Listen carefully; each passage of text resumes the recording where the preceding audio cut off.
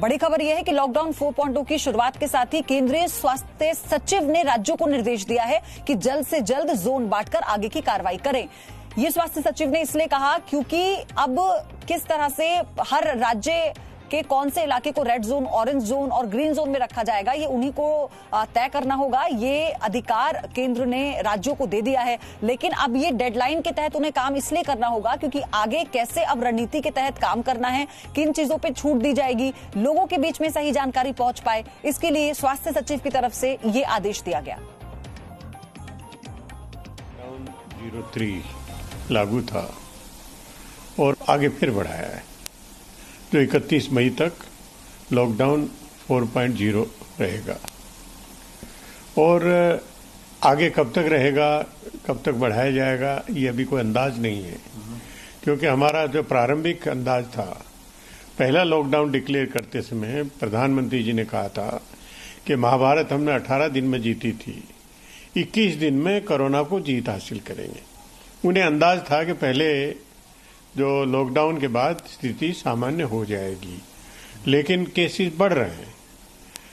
91,000 92,000 के आसपास cases, total cases बढ़ गए हैं, जो 2,800 से 2,900 के करीब संख्या पहुंच रही है, जो कि दुर्भाग्यपूर्ण मौत हुई है इससे।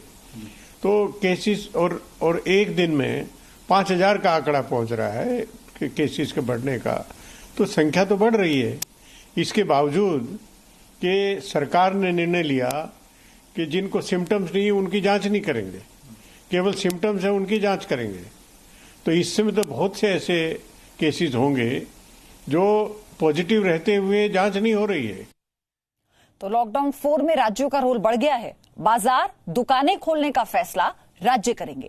बाजार, दुकानें अलग अलग वक्त पर कैसे खुलेंगी, स्थानीय प्रशासन तय करेगा। राज्य में बस चलाने का फैसला राज्य करेंगे। राज्यों के बीच बस चलाने का फैसला राज्य आपसी सहमति से करेंगे। इसी के साथ रेड, ऑरेंज और ग्रीन जोन तय करने का फैसला भी राज्यों को दिया गया है। चलिए, अश्विनी दिल्ली से और नित्यानंद मुंबई से, मेरे दोनों सहयोगी हमारे साथ जुड़े हुए हैं। नित्यानंद, मैं आपसे ये जानना चाहूंगी कि आज हम धारावी की बात करें, महाराष्ट्र में हम मुंबई की बात करें, तो ये हॉट स्पॉट हैं। बहुत ज्यादा चैलेंज होने वाला है कि कौन से एरिया में कितनी छूट दी जाए, खासतौर से मुंबई के लिए। जी बिल्कुल, अपने आप में ये एक बड़ा चैलेंज है, क्योंकि लगातार जो है महाराष्ट्र में मामले बढ़ रहे, 33,000 के पार चले गए हैं और अब मुंबई में भी जो है लगातार मामले बढ़ रहे हैं। तो ऐसे में ये चिंता का विषय है कि हालांकि सरकार की तरफ से, केंद्र सरकार की तरफ से दिशा निर्देश आया, लेकिन ऐसे में किस प्रकार से राज्य सरकार जो है इस पर स्टैंड लेती है, वो देखने वाली बात होगी, क्योंकि मामले जो है वो रुक नहीं रहे हैं। और इसकी एक वजह ये भी है कि टेस्टिंग ज्यादा से ज्यादा हो रही है। लेकिन एक जो चीज ये सामने आ रही है कि धारावी, जो कि देश का सबसे बड़ा स्लम है, वहां भी मामले बढ़ रहे हैं, थमने का नाम नहीं ले रहा है मामला। और ऐसे में ये अपने आप में बहुत चैलेंजिंग है कि किस तरीके से लोगों को सुविधा तो दिया जाए, लेकिन इस सुविधा देने के चक्कर में उन्हें किसी भी प्रकार का खतरा ना हो, ये ध्यान में दिया जा रहा है। कोरोना से लड़ना है और कोरोना से डरना नहीं है, लेकिन और अर्थव्यवस्था, देश की आर्थिक राजधानी मुंबई है, अर्थव्यवस्था को पटरी पर लाना है, सब धीरे धीरे जीवन को सुगम और सरल करना है। लेकिन ऐसे में कई चैलेंजेस सामने आ रहे हैं। सबसे बड़ा चैलेंज जो है, ये मामले जो है लगातार बढ़ रहे हैं। तो जो जिस तरीके से सरकार ने कल, जो कि महाराष्ट्र सरकार, पंजाब के बाद महाराष्ट्र दूसरी ऐसी सरकार थी जिसने ये ऐलान किया कि 31 मई तक जो है वो लॉकडाउन रहेगा।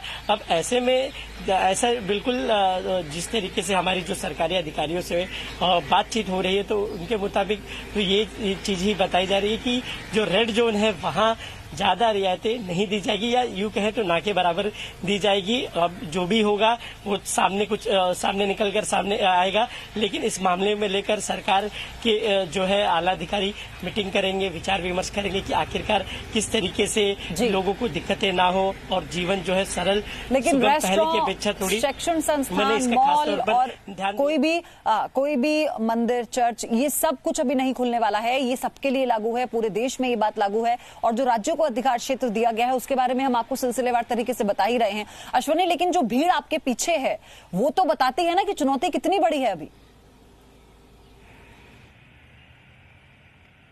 बिल्कुल चुनौती बहुत बड़ी है और अगर हम दिल्ली का आपको इस वक्त स्थिति बताएं तो दिल्ली में इस वक्त स्थिति जो कोरोना के मामले हैं वो 10,000 के करीब पहुंचने वाले हैं। 9,755 पहुंच चुके हैं। करीब 148 लोगों की मौत हो चुकी है, 150 करीब मौत हो चुकी है। और जिस तरह से पिछले कुछ दिनों में हमने देखा कि रोजाना 400 से ज्यादा मामले दिल्ली में सामने आ रहे हैं और बहुत तेजी से दिल्ली में मामले बढ़ रहे हैं। अब ऐसे में अब जब शॉप्स, मार्केट्स, ये तमाम चीजें खुल जाएंगी उसके बाद ये जो संख्या है वो कहां तक पहुंचेगी ये कह पाना बड़ा मुश्किल है। हालांकि अरविंद केजरीवाल ने जो पत्र लिखा था प्रधानमंत्री नरेंद्र मोदी को, उसमें उन्होंने ये भी साफ कर दिया था कि हो सकता है कि चीजों को खोलने के बाद मामले और बढ़े। हालांकि उनका यह कहना है कि दिल्ली सरकार इसके लिए तैयार है, लेकिन आप देखिए जिस तरह से मामले बढ़ रहे हैं इतनी तेजी से, वो भी अपने आप में चिंता का विषय है। और अगर दिल्ली में दिल्ली सरकार जिस तरह की उम्मीद है कि तमाम चीजों को, तमाम दुकानों को, बसों को और इन तमाम चीजों को खोले जाने का फैसला लेती है, तो उसके बाद